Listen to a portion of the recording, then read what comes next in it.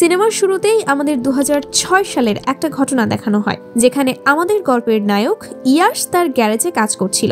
এ সময় সেখানে তার এক বন্ধু এসে ইয়াশকে বলে আজকে সন্ধ্যায় তারা বাইরে খেতে যাওয়ার প্ল্যান করেছে, তাকেও আসতে হবে। প্রথমে ইয়াশ যেতে রাজি না হলে পরে বন্ধুর অনেক রিকোয়েস্টে রাজি হয় এবং তাকে জিজ্ঞেস করে সেখানে আর কে কে আসবে। তখন তার বন্ধু জানায় ওর গার্লফ্রেন্ড আর তার সাথে কিছু বান্ধবীরা আসবে। এসব শুনে ইয়াশও রাজি হয়ে যায় এবং সে রওনা দেওয়ার জন্য ওয়াশরুমে ফ্রেশ হতে যায়। তো এর পরের দৃশ্য, সন্ধ্যায় আমরা সবাইকে রেস্টুরেন্টে আড্ডা দিতে দেখি, আর সেখানে ইয়াশ বেশ চুপচাপ থাকে, তেমন একটা কথা বলে না। মানে বলা চলে ইয়াশ অনেকটা ইন্ট্রোভার্ট টাইপের একজন মানুষ।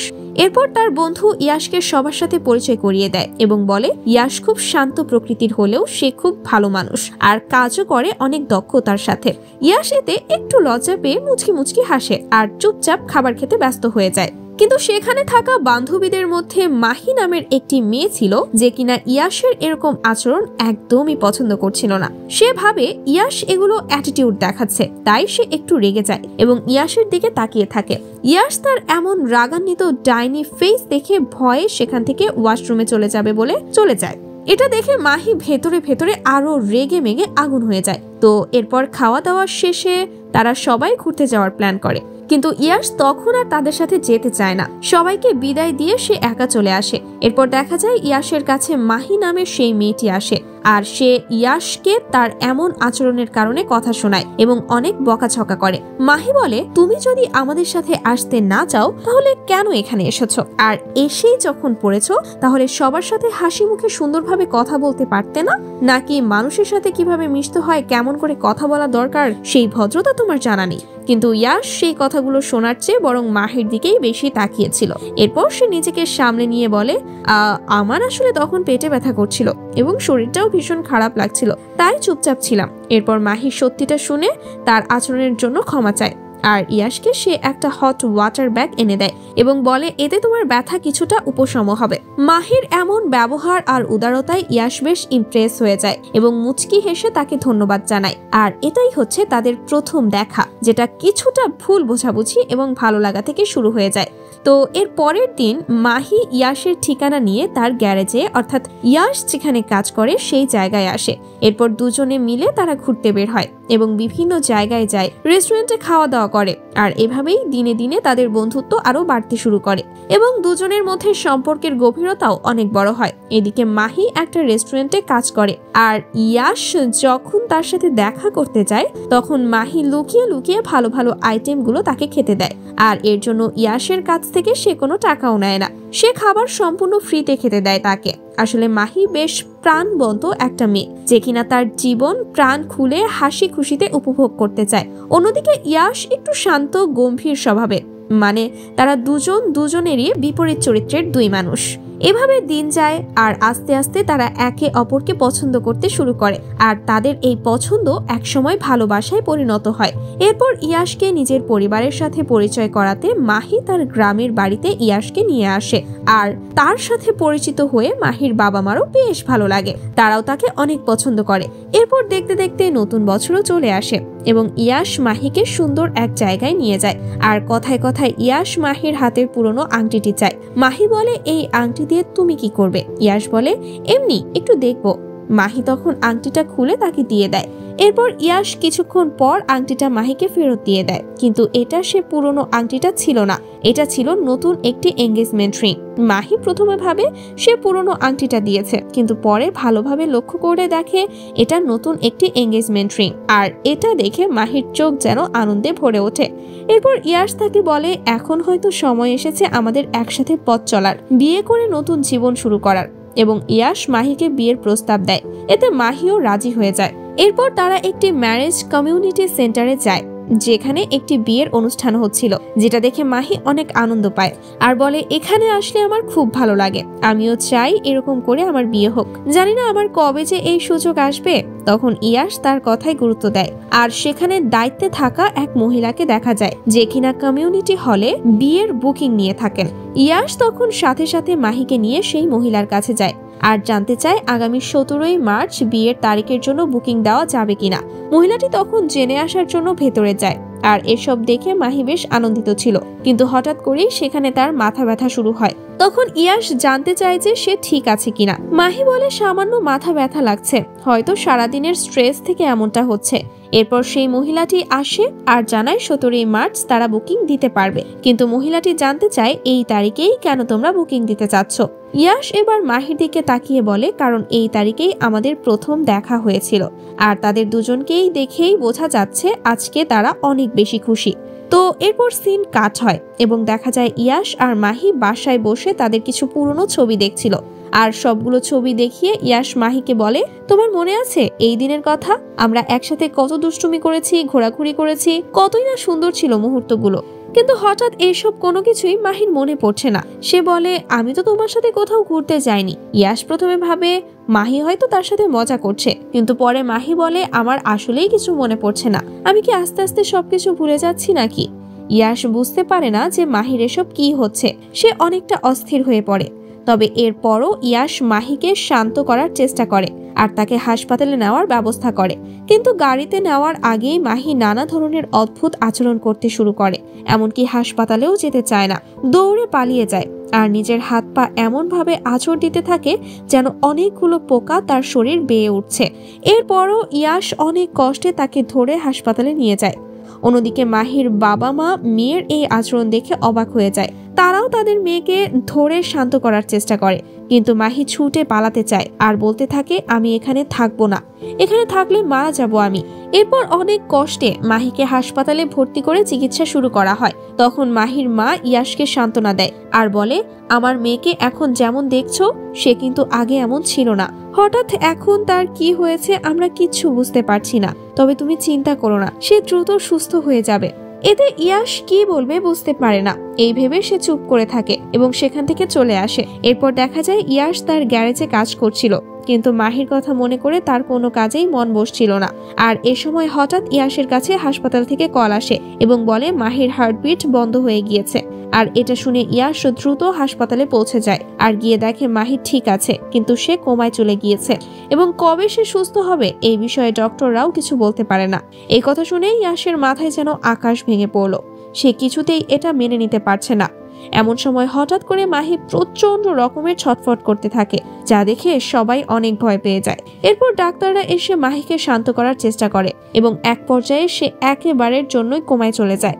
তো এরপর থেকে ইয়াশ প্রতিদিন সকালে মাহিকে দেখার জন্য হসপিটালে আসে আর তার কাছে এটা এখন নর্মাল হয়ে গিয়েছে, কারণ সে রোজই কাজে যাওয়ার আগে হাসপাতালে মাহিকে দেখতে চায়। মাহির সাথে কথা বলে একা একা সময় কাটায় আর ভিডিও ক্লিপ তৈরি করে। এরপর সে মাহির ফোনে সেই ভিডিওগুলো সেন্ড করে দেয়, কারণ মাহির যদি কোনোদিন জ্ঞান ফিরে আসে তখন সে যেন দেখতে পারে তার জন্য ইয়াশ কতটা ভালোবাসা জমিয়ে রেখেছে। আর এ সময় ইয়াশের বন্ধুরাও তাকে মেন্টালি সাপোর্ট দেয়, তারাও মাহির জন্য ভিডিও মেসেজ পাঠায়। এরপর কাজ সেরে ইয়াশ সেই ম্যারেজ কমিউনিটি সেন্টারে যায় আর সেই মহিলার সাথে কথা বলে। আসলে 17 মার্চ আসতে আর অল্প কিছুদিন বাকি, কিন্তু মাহি তো এখনো অসুস্থ, তাই এটা জানানোর জন্য সে এখানে এসেছে। মহিলাটা তাকে বলে, তুমি কি 17 তারিখের ইভেন্টটা ক্যান্সেল করে দিতে চাচ্ছ? ইয়াশ বলে, না, এটা আমি কখনোই করব না, কারণ ওই ডেটের আগে মাহির জ্ঞান ফিরলে সে যদি জানতে পারে আমি এটা ক্যান্সেল করে দিয়েছি তাহলে মাহি খুব কষ্ট পাবে। কথাগুলো শুনে মহিলাটি বুঝতে পারে যে ইয়াশ আসলে মাহিকে ঠিক কতটা ভালোবাসে। ইয়াশ বলে, আমি আসলে এটা বলতে এখানে এসেছি যে অতদিন পর্যন্ত যদি মাহির জ্ঞান না ফেরে তাহলে ওই দিন তো আমাদের আর বিয়ে হচ্ছে না। আপনি ওই দিনটা প্লিজ অন্য কাউকে দিয়ে দেবেন না, ওটা ফাঁকা রাখবেন। মহিলাটি প্রথমে রাজি না হলেও পরে ইয়াশের রিকোয়েস্টে বলে, আচ্ছা ঠিক আছে, আপনি যেটা চাইছেন সেটাই হবে। আসলে গাইস, ভালোবাসা মানুষকে কোথায় নিয়ে দাঁড় করিয়ে দেয় সেটা একমাত্র স্রষ্টাই ভালো বলতে পারেন। 3 মাস পর যাদের বিয়ে হওয়ার কথা ছিল আজ সেই বিয়ে হবে কিনা সেটার কোনো ঠিক ঠিকানা নেই। কিন্তু ইয়াশ এত সহজে হেরে যাওয়ার মতো মানুষ নয়। সে এখনো আশা রাখে মাহি সুস্থ হয়ে যাবে আর তাদের বিয়ে হবে। এভাবে ইয়াশ তার ছোট বড় সকল কাজের স্মৃতির ছবি তুলে রেকর্ড করে মাহির ফোনে সেন্ড করতে থাকে। অন্যদিকে মাহির বাবা মাও পরিশ্রম বাড়িয়ে দেয়। কারণ তাদের হাসপাতালের বিল পরিশোধ করতে হবে। কিন্তু এদিকে মাহির অবস্থার কোনো উন্নতি হচ্ছিল না। এমন সময় একদিন ডাক্তার ইয়াশ আর মাহির বাবা মাকে বলে যদি মাহির জরায়ু কেটে বাদ দেওয়া হয় তাহলে হয়তো মাহির অবস্থার কিছুটা উন্নতি হতে পারে। এটা শুনে ইয়াশ এক কথায় রাজি হয়ে যায়, কিন্তু মাহির মা এটা মানতে পারে না। উনি ইয়াশকে বলেন, তুমি আমাদের পরিবারের কেউ নও, তুমি কিভাবে এত সহজে সিদ্ধান্ত নিয়ে ফেললে? কারণ মাহির জরায়ু অপারেশন হলে সে আর কখনো মা হতে পারবে না। ইয়াশ মাহির মায়ের মন বুঝতে পারে আর তাই সে ক্ষমা চায়। আসলে তার এটা বলা উচিত হয়নি। এরপর একদিন মাহির বাবা মা ইয়াশকে বাড়িতে ডেকে নেয় আর বলে, তুমি চাইলে তোমার নতুন জীবন শুরু করতে পারো। যেহেতু আমাদের পরিবারের সাথে তুমি এখনো যুক্ত হওনি, তাই আর অপেক্ষা করে কি বা লাভ, তোমারও তো একটা জীবন আছে। তখন ইয়াশ বলে, আমি মাহিকে বিয়ে করার কথা দিয়েছি, আমি এই প্রতিজ্ঞা ভাঙতে পারবো না। মাহির জ্ঞান না ফোরা পর্যন্ত আমি অপেক্ষা করব। ইয়াশ মাহির বাবা মাকে অনেক অনুরোধ করে তাকে মাহির কাছ থেকে আলাদা না করার জন্য, কিন্তু মাহির বাবা মা তাকে ফিরিয়ে দেয়। এতে ইয়াশের মনে খুবই আঘাত পায়। সে চিন্তা করে পায় না মাহিকে ছাড়া তার জীবন কিভাবে চলবে। সে তো তাকে ছাড়া এক মুহূর্তও ভাবতে পারে না। তো পরের দিন ইয়াশ সকাল সকাল তার কাজে চলে আসে, আর এটা দেখে তার কলিগরা অবাক হয়ে যায়, কারণ ইয়াশ প্রথমে মাহির সাথে দেখা করতে হাসপাতালে যায় আর তারপরেই কাজে আসে, যেটা প্রায় সবাই জানে। তো এখানে ইয়াশের মনমরা দেখে তার এক সিনিয়র ভাই তাকে সাথে করে গাড়ির ডেলিভারি দিতে নিয়ে যায়, কিন্তু সেখানেও সে চুপচাপ থাকে, যেন কেউ তার খুশি কেড়ে নিয়েছে।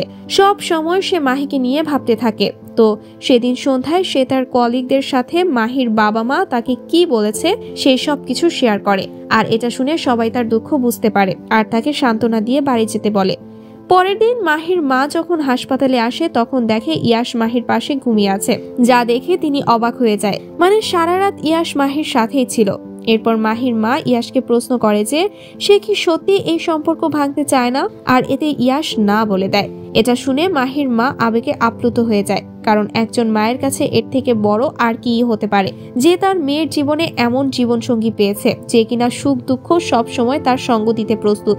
এরপর আস্তে আস্তে 2 বছর কেটে যায়। 2008 সাল চলে আসে, কিন্তু এর মধ্যেও মাহির কোনো উন্নতি হয়নি। কিন্তু ইয়াশ এখনো হাল ছেড়ে দেয়নি। প্রতি বছর সে ম্যারেজ ডেট বুকিং পাল্টাতে থাকে আর সব সুন্দর মুহূর্তগুলোকে ভিডিও করে মাহির ফোনে পাঠাতে থাকে, যাতে মাহির জ্ঞান ফিরলে সে সব দেখতে পারে যে সে তাকে কত মিস করে গেছে। এভাবে চলতে থাকে অনেক দিন, আর এক সময় সেই শুভক্ষণ চলে আসে যেদিন মাহির জ্ঞান ফেরে এবং সে চোখ খুলে তাকায়, আর এটা দেখেই ইয়াশ দ্রুত ডক্টরকে ডেকে আনে, যা দেখে সবাই অবাক হয়ে যায়, কারণ এটা এক প্রকার মিরাকেলই বলা চলে। যেখানে ডক্টররা হাল ছেড়েই দিয়েছিল, সেখানে মাহির জ্ঞান ফিরে আসা সবার জন্য অকল্পনীয় ছিল। এতে মাহির বাবা মা আর ইয়াশ অনেক বেশি খুশি হয়, কিন্তু ডাক্তাররা তাদেরকে ডেকে নিয়ে বলে মাহির জ্ঞান ফিরে এসেছে ঠিকই, কিন্তু সে সবকিছুই ভুলে গিয়েছে। সে যেন নতুন করে জন্ম নিয়েছে, তার কোনো স্মৃতি নেই, হাঁটাচলা, পড়ালেখা, এমনকি কাউকেই সে চিনতে পারবে না। তাকে আবার নতুন করে সব মনে করাতে হবে, আর এটা সবার জন্য একটা হতাশা করার মতোই খবর ছিল। এরপর ইয়াশ মাহির জ্ঞান ফেরার খবর তার কলিগ বন্ধুদেরকে জানায়। এটা শুনে তারা বেশ খুশি হয়। এরপর মাহিকে হুইল চেয়ারে করে বাইরে ঘুরে বেড়ানোর অনুমতি পাওয়া যায়। ইয়াশ আর মাহির বাবা মা তাকে বাইরে ঘুরতে নিয়ে যায়। মাহি সবকিছু দেখে অনুভব করে হাসে এবং সবাইকে দেখে আনন্দ পায়। এভাবে আরো 1 বছর কেটে যায়। সাল 2009। মাহিকে অন্য একটা হাসপাতালে শিফট করা হয় থেরাপির জন্য। মাহিও আস্তে আস্তে অনেক উন্নতি করছিল। মাহিকে তার বাবা মা আর ইয়াশ সব সময় হাসি খুশি রাখার চেষ্টা করত। মাহি একদম বাচ্চাদের মতো হয়ে গিয়েছিল। ইয়াশ তাকে কথা বলা ও পড়ালেখা সবকিছুই নতুন করে শেখাচ্ছিল। এভাবে মাহি আস্তে আস্তে নিজের খাবার খেতে শিখে যায়। আর এত কিছুর মধ্যে ইয়াশকে নিয়ে মাহির মনেও অনেক প্রশ্ন উকি দিচ্ছিল। এভাবে কেটে যায় আরো 3 বছর। সাল 2012। মাহি এখন আগের থেকে অনেক ভালো। কথা বলা, লেখাপড়া, খাওয়া দাওয়া সবকিছুই করতে পারত। শুধুমাত্র চলাফেরা করতে একটু অসুবিধা হয়, এর ফলে সে হুইল চেয়ার ছাড়তে পারে না। এরপর একদিন মাহি তার মাকে ইয়াশের ব্যাপারে জিজ্ঞেস করে। সে বলে ইয়াশ প্রতিদিনই হাসপাতালে আসে, কেন? আর আমার এত টেক কেয়ারই বা কেন করছে? এটা শুনে মাহির মা তার কাছে তার মনের কথা জানতে চায়, কিন্তু মাহি চুপ করে থাকে, কিছুই বলে না। এর বেশ কিছুদিন পর মাহির কিছু বন্ধু তার সাথে দেখা করতে এলে মাহি তাদেরকে মুহূর্তেই চিনে ফেলে। তারপর আড্ডার ফাঁকে তারা ইয়াশের ব্যাপারে জিজ্ঞেস করলে মাহি চুপ থাকে, সে কিছুই বলতে পারে না। তখন ইয়াশ মাহিকে তার সাথে দেখা হওয়া প্রথম দিনের ঘটনা বলে, কিন্তু মাহি কিছুই মনে করতে পারে না। এরপর মাহির বন্ধুরা চলে গেলে ইয়াশ মাহিকে জিজ্ঞেস করে যে তার কি সত্যি কিছু মনে নেই। মাহি তখন ইয়াশকে বলে তাকে ছাড়া তার প্রায় সবকিছুই মনে পড়ে গিয়েছে, শুধু তাকেই সে মনে করতে পারছে না। কথাটা শুনে ইয়াশ কষ্ট পেলেও প্রকাশ করে না, হালকা হাসি দিয়ে সে নিজেকে সামলে নেয়, কারণ মাহি যেন আবার কষ্ট না পায় সেটাই সে লক্ষ্য রাখে। আসলে গাইস, 6 বছর অপেক্ষা করার পর আপনার ভালোবাসার মানুষ যদি আপনাকে চিনতে না পারে তখন কেমন লাগবে? অথচ এই 6 বছর একবারও সে মাহিকে ছেড়ে থাকেনি, আর না তাকে ভুলে নতুন জীবন শুরু করেছে। কিন্তু মাহি তাকে এখন ভুলে বসে আছে। এরপর মাহি তাকে জানায় সে তাকে মনে করার চেষ্টা করবে, আর ইয়াশের জন্য এই আশাটাও অনেক বড় কিছু ছিল। ইয়াশ মাহিকে সব খুলে বলে, তাদের প্রথম দেখা, ঘোরাঘুরি, সময় কাটানো, রেস্টুরেন্টে খাওয়া দাওয়া, সব কিছুই গুছিয়ে বলে, আর মাহি সেটা নোট করে লিখে রাখে। এরপর মাহি তার মায়ের সাথে সেই সব জায়গায় যায় যেখানে সে ইয়াসের সাথে গিয়েছিল, কিন্তু এতেও তার কিছুই মনে পড়ে না। এরপর মাহির মা তাকে হাসপাতালে ফিরে যেতে বলে, কারণ বেশিক্ষণ বাইরে থাকা যাবে না। মাহি তখন বলে সে ইয়াসের বাড়ি যাবে, কিন্তু তার মা তাকে আরেকদিন নিয়ে যাওয়ার কথা বলে, সেখান থেকে চলেও যায়। সেদিন সারা রাত মাহি ইয়াসকে নিয়ে ভাবতে থাকে, কিন্তু কোনোভাবেই সে তাকে মনে করতে পারে না। এজন্য পরের দিন একা একাই সে ইয়াসের বাড়ির উদ্দেশ্যে রওনা দেয়। এদিকে ইয়াস যখন জানতে পারে মাহি একাই বেরিয়ে গিয়েছে, তখন সে পাগলের মতো এদিক সেদিক ছুটতে থাকে। এমন সময় মাহির মা তাকে ফোন করে জানায় মাহি হয়তো তোমার বাসায় গিয়েছে। এদিকে তখন বৃষ্টি শুরু হয়ে যায়, আর মাহি বৃষ্টিতে ভিজতে ভিজতে ইয়াসের বাসার নিচে এসে দাঁড়ায়, কিন্তু এরপরও কিছুই তার মনে পড়ে না। এমন সময় আরেকটু এগিয়ে যেতেই মাহির হুইল চেয়ার স্লিপ করে পড়ে যায়। তখন ইয়াস এসে তাকে তোলে। মাহি অনেক কান্না করতে থাকে আর বলে, আমি তোমাকে কোনোভাবেই মনে করতে পারছি না। এমন সময় ইয়াস মাহিকে শক্ত করে জড়িয়ে ধরে সান্ত্বনা দেয়, কিন্তু তখনই মাহির আবারও মাথা ব্যথা শুরু করে। তখন ইয়াসের সেই পুরনো স্মৃতি মনে পড়ে যায় যে কিভাবে সামান্য মাথা ব্যথা থেকে মাহি 2 বছরের জন্য কোমায় চলে গিয়েছিল। তাই ইয়াস আবারও ভয় পেয়ে যায়। এরপর তাকে হাসপাতালে নিয়ে যাওয়া হয় এবং একা একা বাইরে যাওয়ার জন্য মাহি তার বাবা মায়ের কাছে ক্ষমা চায়। এর পরের দিন ইয়াস মাহিকে সেই জায়গায় নিয়ে যায় যেখানে মাহিকে সে বিয়ের প্রস্তাব দিয়েছিল, কিন্তু এবারও মাহির কিছুই মনে পড়ে না। ইয়াস এবার ভিন্ন কথা বলে। সে বলে, 2 বছর পর যখন তোমার জ্ঞান ফিরে আসে তখন আমি অনেক খুশি হই, কিন্তু বুঝতে পারিনি আমার কাছে তুমি পরিচিত হলেও তোমার কাছে আমি নতুন একজন মানুষ। আমি এখন চাই তুমি নিজের মতো করে তোমার লাইফ শুরু করো, কারণ তুমি এখন একটা গভীর ধাক্কা থেকে উঠেছ। তাই আমি চাই না আমার জন্য আবারও তোমার ট্রমা সৃষ্টি হোক। তাই আজকের পরে আমি তোমার সাথে আর কখনোই দেখা করতে আসবো না। কথাগুলো বলার সময় ইয়াসের মুখে হাসি লেগেছিল, কিন্তু ভেতরে ভেতরে সে অনেক ভেঙে গিয়েছিল। সেদিন রাতে ইয়াস মাহিকে হাসপাতালে দিয়ে আসে, কিন্তু তাকে রেখে এসেই সে অনেক কান্না করতে থাকে। এমনকি এরপর সে শহর ছেড়ে চলে যায় অন্য কোথাও, যেখানে সে আগেও একবার গিয়েছিল। আর এখানে সে এজন্যই আসে যাতে মাহি তাকে আর খুঁজে না পায়। এরপর মাহি তার বাড়িতে আসে আর তার ফোনটি দেখতে পায়, কিন্তু পাসওয়ার্ড সে মনে করতে পারে না, আর এজন্য মোবাইলে আসা SMS গুলোও সে পড়তে পারে না। এভাবে দেখতে দেখতে আরো 2টা বছর কেটে যায়। সাল 2014। মাহি এখন ফিজিওথেরাপির মাধ্যমে অনেক উন্নতি করেছে। অন্যদিকে ইয়াস দূরে গিয়েও সবসময় মাহির চিন্তায় হারিয়ে যায়। এরপর ডাক্তার একদিন মাহি আর তার মাকে ডেকে বলে মাহি এখন অনেকটাই সুস্থ, আর সে চাইলেই এখন সংসারের জন্য প্ল্যান করতে পারে, কারণ অপারেশনের সময় মাহির জরায়ু মাহির মা কাটতে দেয়নি। এসব শুনে মাহি তার মাকে অনেক কৃতজ্ঞতা জানায়, কারণ তার মা তার জন্য এত কিছু করেছে। তারা দুজনেই আজ অনেক খুশি। এরপর সে তার মায়ের সাথে একটা শপিং মলে যায়, আর সেখান থেকে ওই কমিউনিটি সেন্টার দেখা যায়। মাহি অবাক হয়ে সেদিকেই তাকিয়েছিল, আর তখন সেখান থেকে সেই মহিলাটি বের হয়। সেই মহিলাটি মাহিকে দেখেই চিনে ফেলে। এরপর সে মাহিকে ভেতরে নিয়ে বসায় আর জিজ্ঞাসা করে, তুমি ঠিক হয়ে গেছো? তোমাকে এভাবে দেখে আমার খুব ভালো লাগছে। কিন্তু মাহি তো এই মহিলাটিকে চিনতে পারে না, আর তিনি কি বলছেন সেটা সে বুঝতেও পারে না। তখন মহিলাটি বলে যে তোমার আর ইয়াসের বিয়ে আমাদের এই কমিউনিটি সেন্টারে হওয়ার কথা ছিল, আর সেই জন্যই আমি জানি যে তুমি এত বছর অসুস্থ ছিলে। তোমাদের বিয়ের ডেট প্রত্যেক বছরে একই দিনে রিজার্ভ করা থাকে। এটা শুনে মাহি একেবারে অবাক হয়ে যায়। আর তখনই আমাদের ফ্ল্যাশব্যাকে দেখানো হয় যে মহিলাটির কাছে ইয়াস অনুরোধ করে বলেছিল যে মাহির সুস্থ হওয়ার আগ পর্যন্ত প্রত্যেক বছর 17 মার্চ এই ডেটটাই আমি রিজার্ভ করে রাখতে চাই। আমি চাই ও যখন সুস্থ হবে আমরা ঠিক এই দিনটাতেই বিয়ে করব, আর সেই জন্যই আমি রিকোয়েস্ট করছি যে প্রত্যেকটা বছরের অগ্রিম বুকিং যেন আপনি আমার কাছ থেকে নেন। এরপর সিন বর্তমানে শিফট হলে মহিলাটি মাহিকে বলে যে তোমাদের বিয়ের ডেটটা আজও ফাঁকা পড়ে থাকে। সেদিন আমাদের ভেন্যু থেকে কোনো ম্যারেজ ডেট রাখা হয় না।